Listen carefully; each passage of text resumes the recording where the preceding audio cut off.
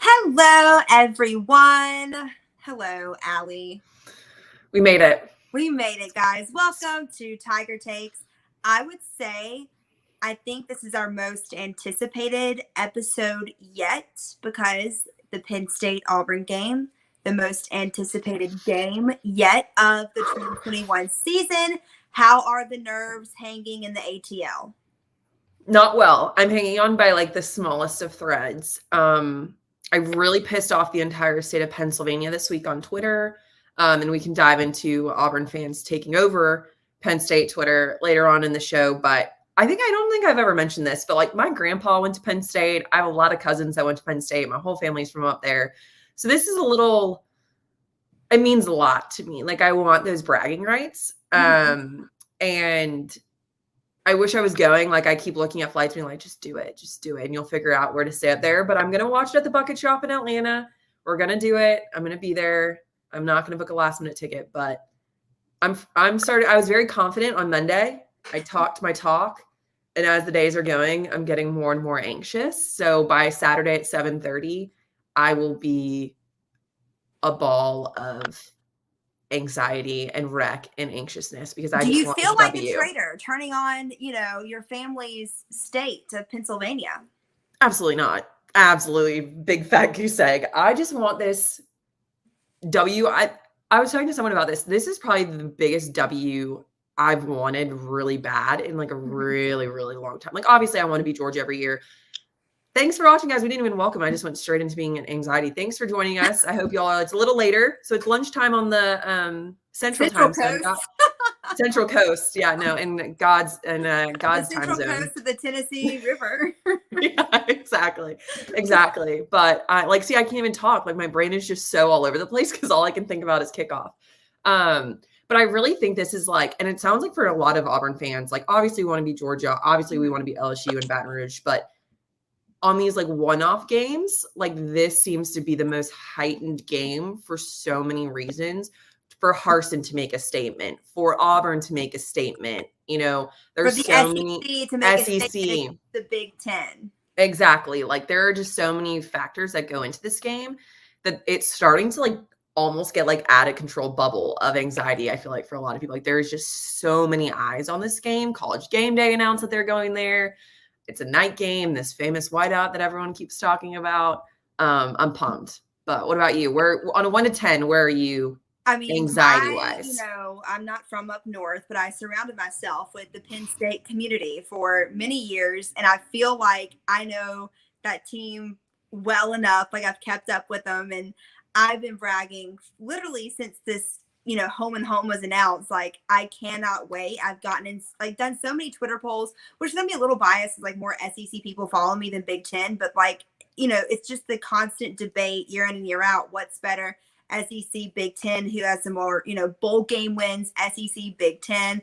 And I've talked to some people who, have spent some time on Penn State's campus, even if it's just like for a work visit. And they do say it's very similar to Auburn, has a similar feel. You would know more than me. I've never been, but I am ecstatic and kind of like you.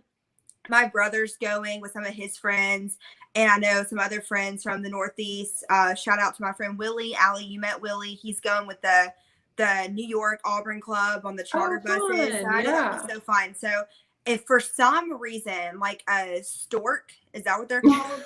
Like comes and drops a ticket on my front porch, then I will go. My dad texted me even yesterday. He's like, I'm at Burger King. Don't hate on Burger King. The Elliott City Burger King is where it goes down every morning. So I got 2 tickets. Like, do you want them? But I didn't respond fast enough. Like, I'm trying. But we're working our magic. What? I said that we're working our magic to try to get up there. But I think like if anyone's gonna take the last minute red eye flight and pull an all nighter, it's your girl. Catch me in Linden State College this weekend, guys, because it really sounds like we're trying to convince one another to head up there. But no, before we get into, so exciting, and I'm excited for the players too. Like I'm so excited. I'm excited for them to experience the whiteout. I wish I could experience the whiteout. Like that's gonna be so awesome.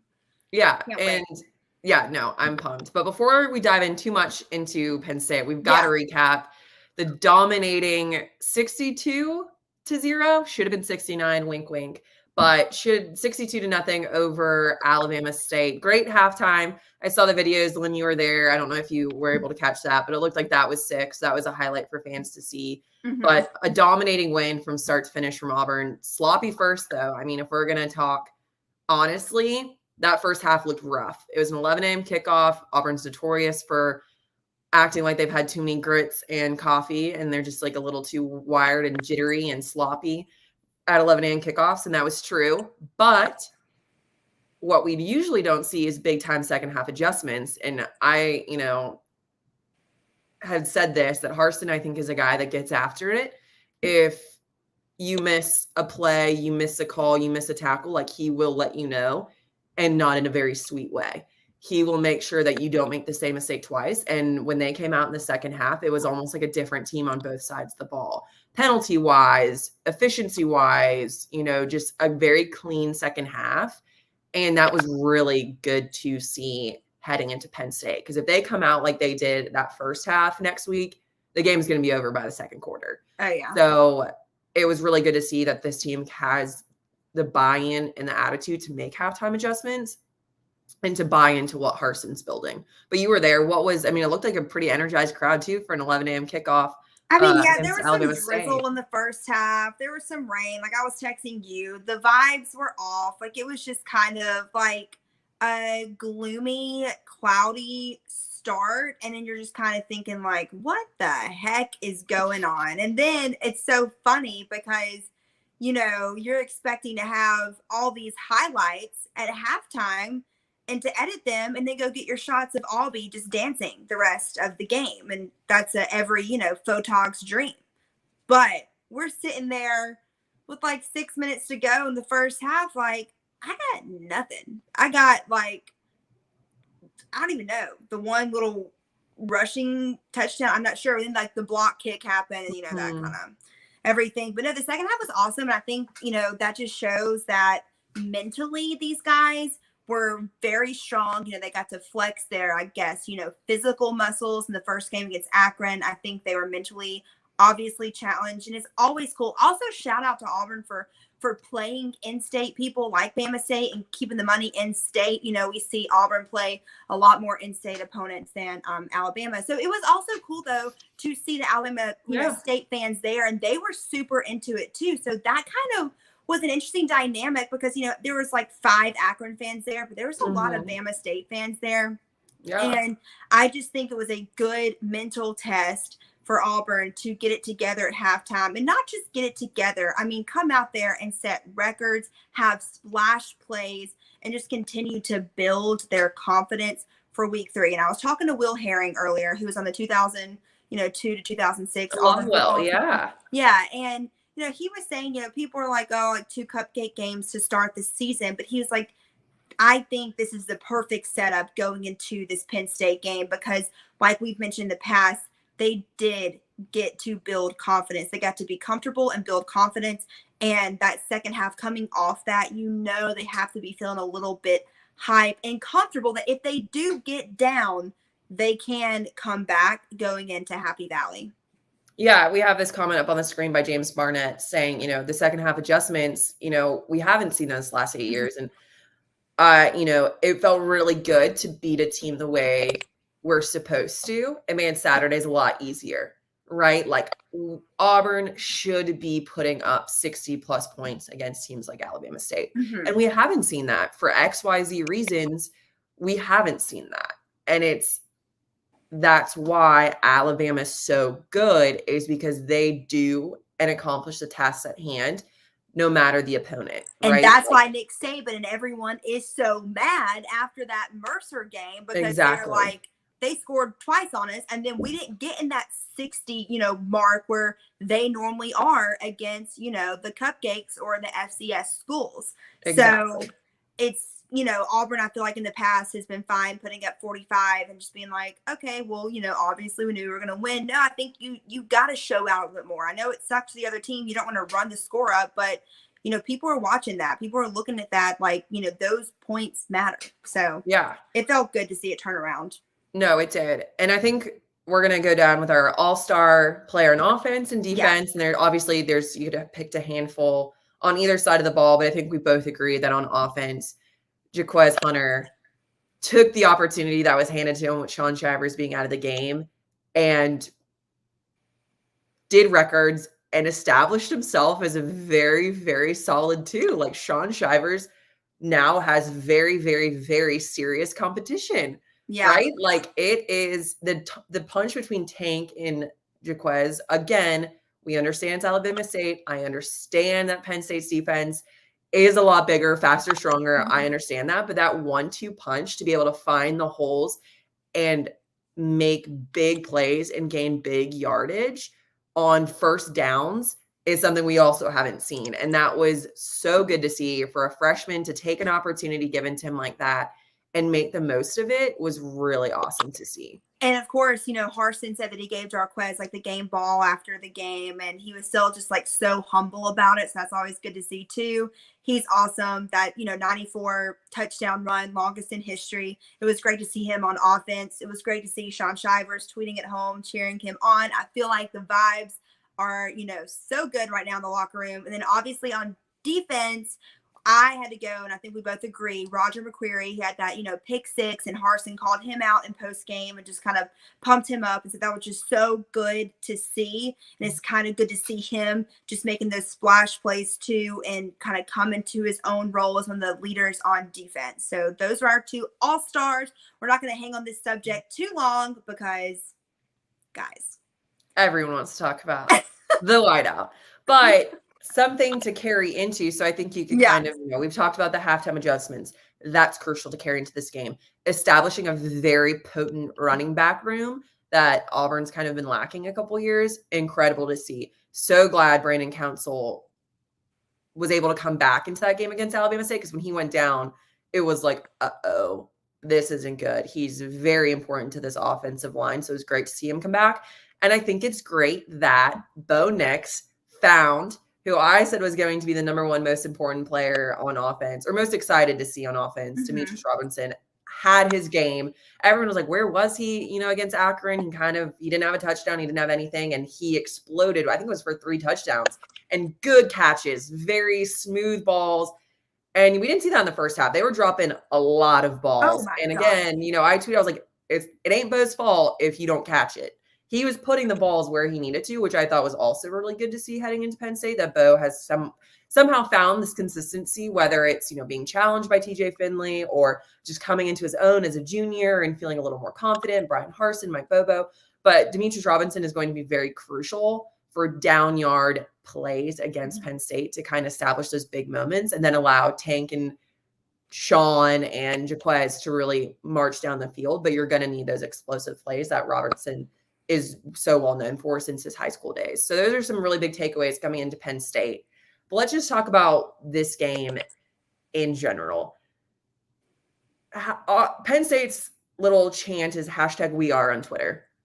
They've been doing it forever. They said, "We are Penn State." Like, that's their chant. They do it at all games. There's a statue that says, "We are there." Like, it is their motto. And look, I am fully aware, like I've established, my granddad went to Penn State, I am very much aware that the whiteout is one of the coolest college traditions in football. Like, no doubt, zero argument, I am understanding. But that video that has gone viral on Twitter of these 100 fans, I know it wasn't the whole fan, I know it was a Monday night, but to say Auburn doesn't know what's coming, to saying that the whiteout is the most insane thing that Auburn will ever see, just makes it that much obvious that Penn State really doesn't understand the SEC, that this enigma down here in the South, like, they just can't wrap their mind around it. They don't go into Baton Rouge on the hottest day of the year at 3:30 with fireballs flashing around fans and it getting ugly and dirty. They don't have guys barking at them, throwing drinks, and heading into Athens and getting whooped by 40. They don't go into an Iron Bowl 1-2 fighting for a spot in the BCS. Those are hostile environments. Those are where Auburn fans are, oh my God, am I going to make it out of here alive kind of hostile environments. So I know it's going to be loud. I know it's going to be intimidating, but to say that Auburn fans don't know what to expect is just so mind-boggling to me. And Auburn fans have taken over the "We Are" hashtag and are including it in absolutely everything. Like, we are having a great week. we are going to win the game. And Penn State fans are just losing their marbles. And it's making my heart sing just to see them get so riled up. It's amazing. And I talked to Andy Burcham, the voice of the Auburn Tigers, yesterday about it. And to me, I think I find it, to me, respectful. Like, I'm glad they chose Auburn to be whiteout. Like, I get what they did. Big Ten SEC is their first whiteout back in, in front of a full crowd. They're going to be coming out. But I think this is a huge compliment that instead of using it on a Michigan, Ohio State, I don't even think they play them at home this year, or who else ever, that they are going to use it on us, because I love the traditions going to collide. Like, it's going to be cool to take Tiger Walk up there. But no, like, to say that we don't know, or I hate putting myself in it, that Auburn doesn't know what they're getting into is just silly, because in LSU, like you mentioned, insane environment. Georgia, insane environment. But there's, big stadiums down here too. They pride themselves in that 107,000 fans. And I get that's a lot. Auburn doesn't have that. But Bama has a huge stadium. Neyland The Stadium Swamp in is Knoxville. huge. Huge. Swamp, huge. Like, it's not like Kyle Field, massive. Yeah, but like, it's not like we just play like in these tiny stadiums that we can't, live up to the expectation. Yeah. So I think it's going to be awesome. I hope, this is just me. I hope like the fans stay civil. I don't think they will. I think it's going to be such a culture clash. Like, I am dying of my little brother going up there. Like, I just think it's going to be hilarious. Yeah. Like, I call Penn State tailgaters like lumberjack chic. Like, they're wearing their flannels. They're wearing their, I think something this, like high 60s, low 70s, their little scarf tops and flannels and boots, and they tailgate out like in that field.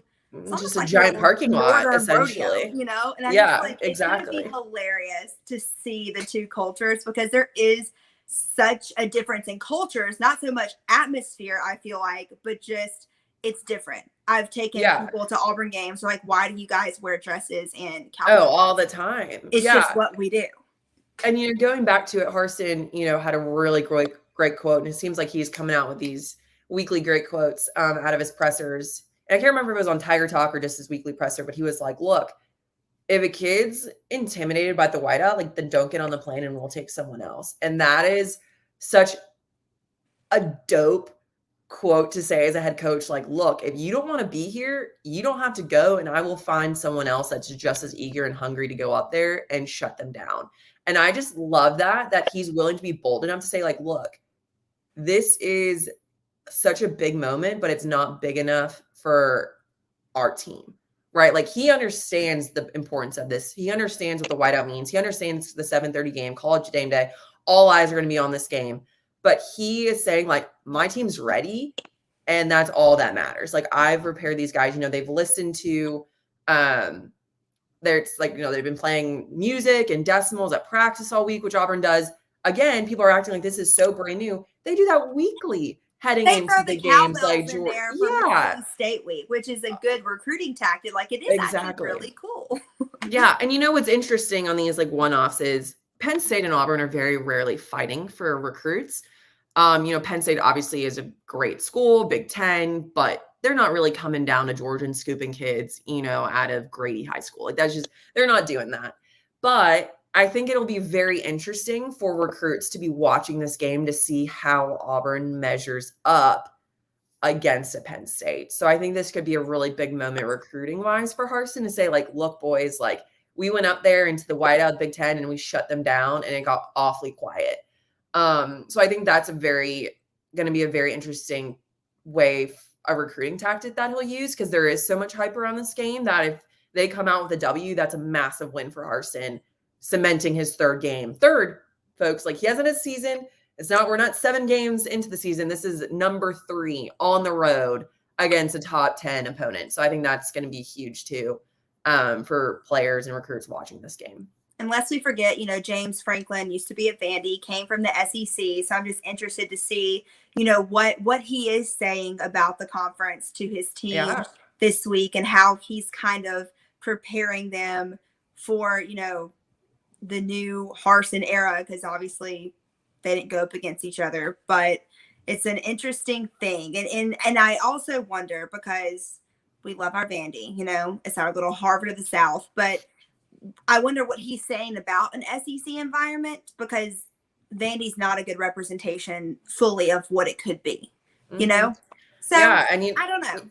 And there was quite a bit surrounding Mr. Franklin this week. Could that Obviously, be a distraction? could it be a distraction? USC announced that they're letting go of Clay Helton, very late night, like a 9 p.m. And we know how these rumors go. Auburn's been around the block on a coaching rumor before, and within 24 hours, James Franklin was named as a potential serious candidate to take over USC. Thanks, Greg Roach. Shout out to the bunkers. Hopefully, y'all are watching. Hopefully, actually not. I don't know if I'm a legend, because I've definitely had my fair share of not so legendary moments. But shout out to the bunker if you are watching. But it's come out quite a bit on different sources. Now, you can take that with a grain of salt, but Franklin's been asked, and he had a very odd answer when he was asked this week during a media, what do you have to say about the USC coaching job? And he was like, I'm not interested in like answering it.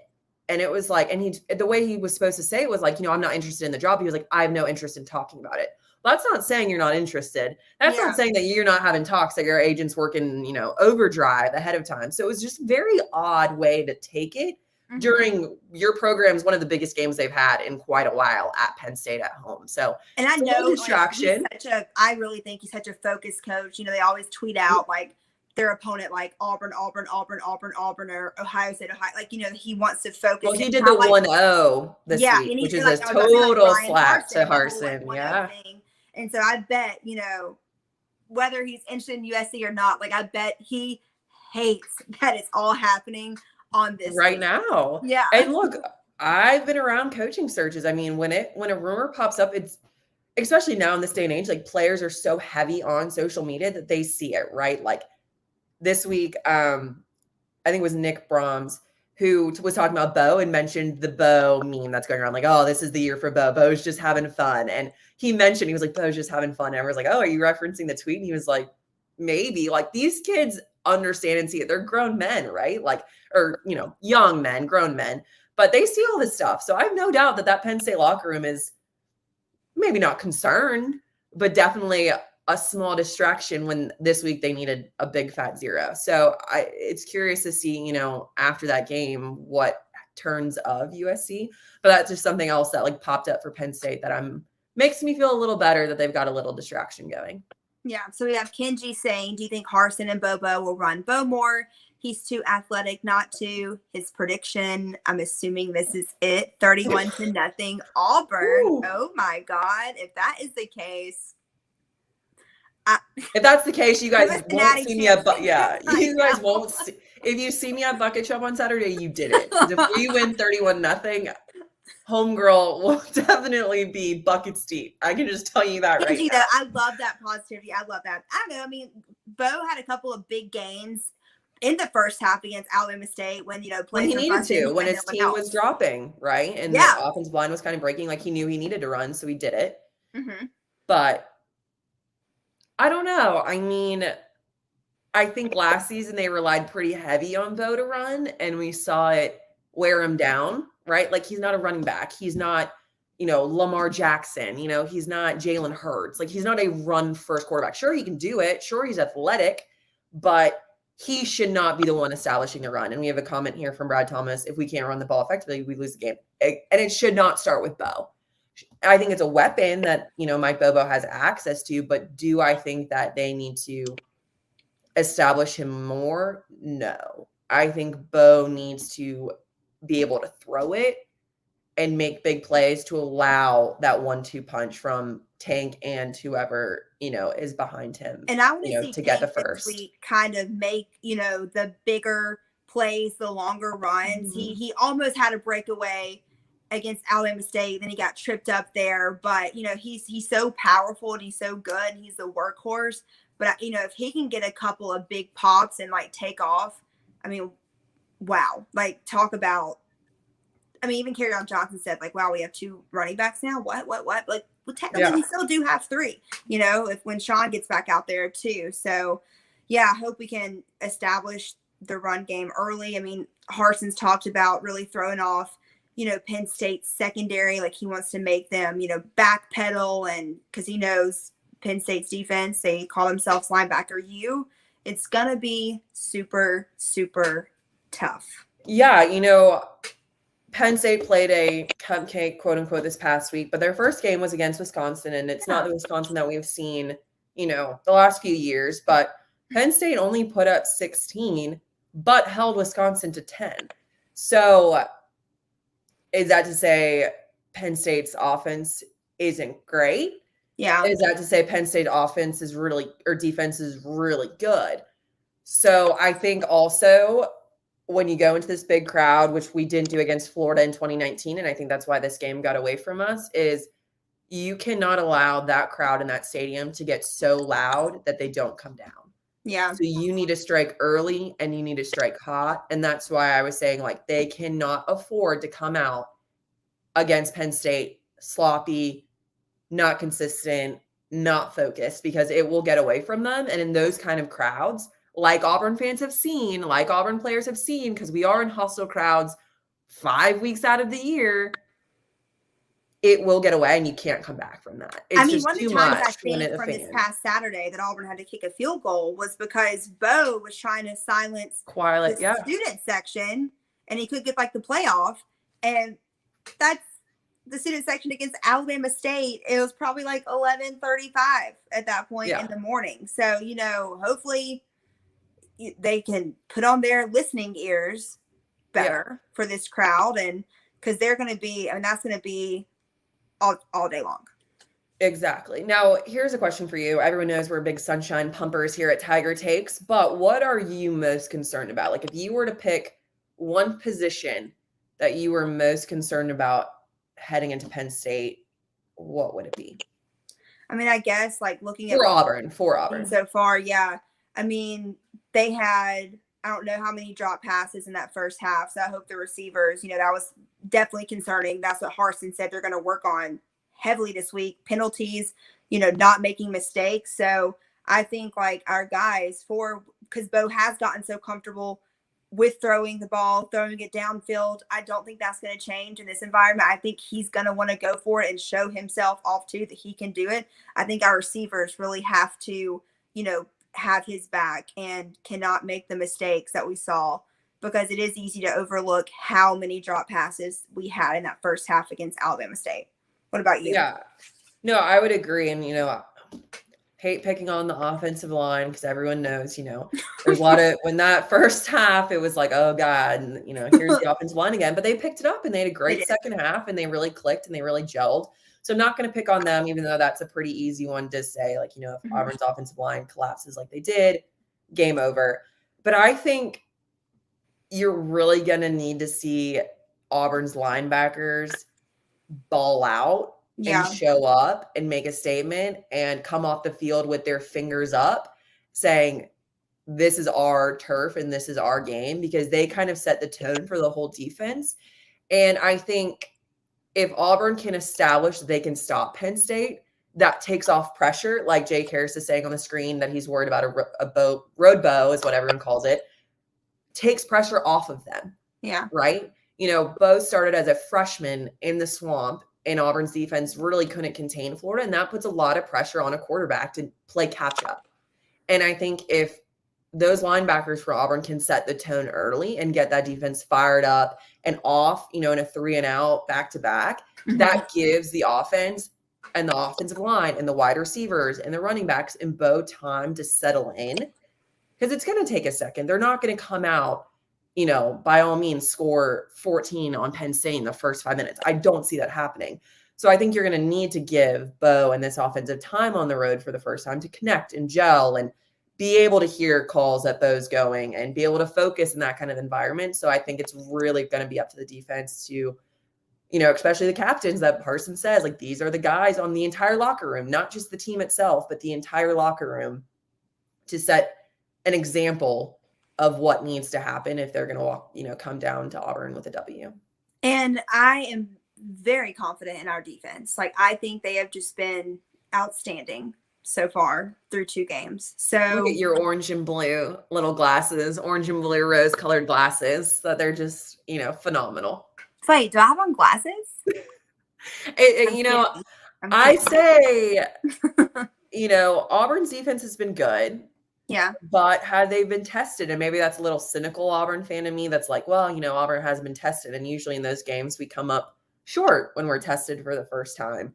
So I hate to say that they are phenomenal, but I do love the cockiness and I do love the unafraid, not the unafraidness, that's not a word, that they're not scared. Mm-hmm. And I think that's something that was lacking last season. I think the whole team itself wasn't necessarily scared, but they didn't have the confidence walking out there. They knew they could get a W. And I think this team, starting with Harsin all the way down to the bench, thinks that they're going to come away with a W. And that's super important going into a first road game. Thank you so much, Joey, for your comment. He says it's our O-line versus their D-line if we win the battle in the trenches. Which is scary, right? To say our little folks on offensive line, little folks, our big folks, and I think they have a barbecue NIL sponsorship now, or a steakhouse sponsorship in Auburn at Mike's for the offensive line. But you're right. I think that's from every analyst and every article that's been written, it really does come down to those two lines in the trenches. So glad to see so many of you guys are watching with so many comments. We're trying to keep up and keep it going, but I don't know. What do you think? Do you think Auburn's offensive line is ready to prove Auburn fans even in themselves wrong, that they can go out there and, you know, hold their own? I mean, this could be their coming out party, you know, like it could be, because we had a lot of other guys have their coming out party against Alabama State doing great things. So, I mean, I obviously have, you know, faith in them. There's a lot of experience on that O-line, and, you know, we'll just see. This is a big thing for them. They need to do this for themselves because they do take the heat, and they've taken the heat for the past 4 years, you know? Yeah. And, you know, we'll wrap it up after this comment, but I think we've, you know, we'll head to our Tiger toast, but I think this comment we've kind of addressed, but, you know, how do I think the boys are going to handle it? They've never played at an environment like Penn State before. I just don't believe that. Sure, maybe the freshmen have, but God almighty, even, you know, going into Georgia and getting whipped pretty badly, Athens is not an easy town to play in. I mean, Florida in October, like it's the hottest swamp, place on the planet. And it's the loudest, because I swear to God, in the swamp, there's just like a sound boom that's in that stadium where it just like burns your ears off because it's so loud. Crying, yes. Yeah. So I just don't think they've never seen it. And Auburn has a whiteout every year, right? Like, do I think it's this? Now, I fully believe that this whiteout is much different than anything else. It's one of the coolest traditions. I'll go to my grave, but I don't think it's anything different than being a 1-2 Iron Bowl and the winner goes to play for the BCS. Like, that is going to be the most hostile environment anybody has seen. And sure, maybe there's some young guys on this team that haven't had the chance because Auburn really has been, you know, off with COVID last year and what have you. But I guess that's just me being a sunshine pumper. But I really think this team is focused enough to know that this is just like anything else in the SEC. And I think they're going to show out for the conference. I just want to know what like detergent they use at Penn State for their t-shirts and for their uniforms, because I mean, I don't think it makes it more intimidating, but like, man, it's going to be like the brightest field they ever played on, because those white t-shirts and those white, you know, uniforms just glow. Yeah. It's like anything I've ever seen. Exactly. Well, then why don't you take us to our final segment of this little late edition on a Thursday? But our Tiger toast. I'm toasting my Starbucks coffee, never too far away from me. I'm going to toast to everybody that's stepping out of their comfort zone and making their drive, not even the flight, you know, the trip up to State College, PA. I'm so jealous and I'm so proud. We suggested early in the year, like, go to these fun away games, like do this stuff, embrace new culture. So I am just cheersing to everyone that's making the trip, and I hope they have a great time. And, you know, take pictures and drop the pictures in our comments for next week's, because I'm jealous and I want to see. Who knows? We may see you guys up there. But I'm toasting this week to all the Auburn fans that are going to be wearing orange. If you are going to the game, oh yes, I am begging you, please do not wear white. There was a guy who tweeted at me saying, oh, Penn State fans have just been so nice, I'm going to wear white too. I'm too petty for that. Please, under God's green earth, do not wear white if you are an Auburn fan to the whiteout. I don't care if you want to stand out. Let me see orange. I want to see a blob of orange on this TV screen come Saturday night. Yes, everyone. And that is who I'm toasting to. School saying it like wear orange. Wear orange. Don't wear navy. That is also one of their colors. Wear orange. I know it's not everyone's favorite, of the two, but it's a fun color. We rarely wear orange. So step out, go buy your officially licensed gear, and go wear orange if you're going up to State College. I know I'll be orange rocking it there at the Bucket Shop in Atlanta. Lynn, I know you're going to be wilding out watching it where you are too. So that's it, folks. We did it. We're here. I'm nervous. Next time when you see us, that's crazy, right? Ooh, I just got goosebumps on my leg. The next time we join you guys here on Tiger Takes, Auburn will be 3-0 or 2-1. And I got a good feeling. Either way. I got a good feeling. I think Auburn wins 31-24. I said yesterday, I'll roll with it. Auburn wins 28-20. All right. Well, those are our prediction, guys. Drop in yours here at the comments. Thanks so much for joining us. And we will catch you guys next week. War Eagle.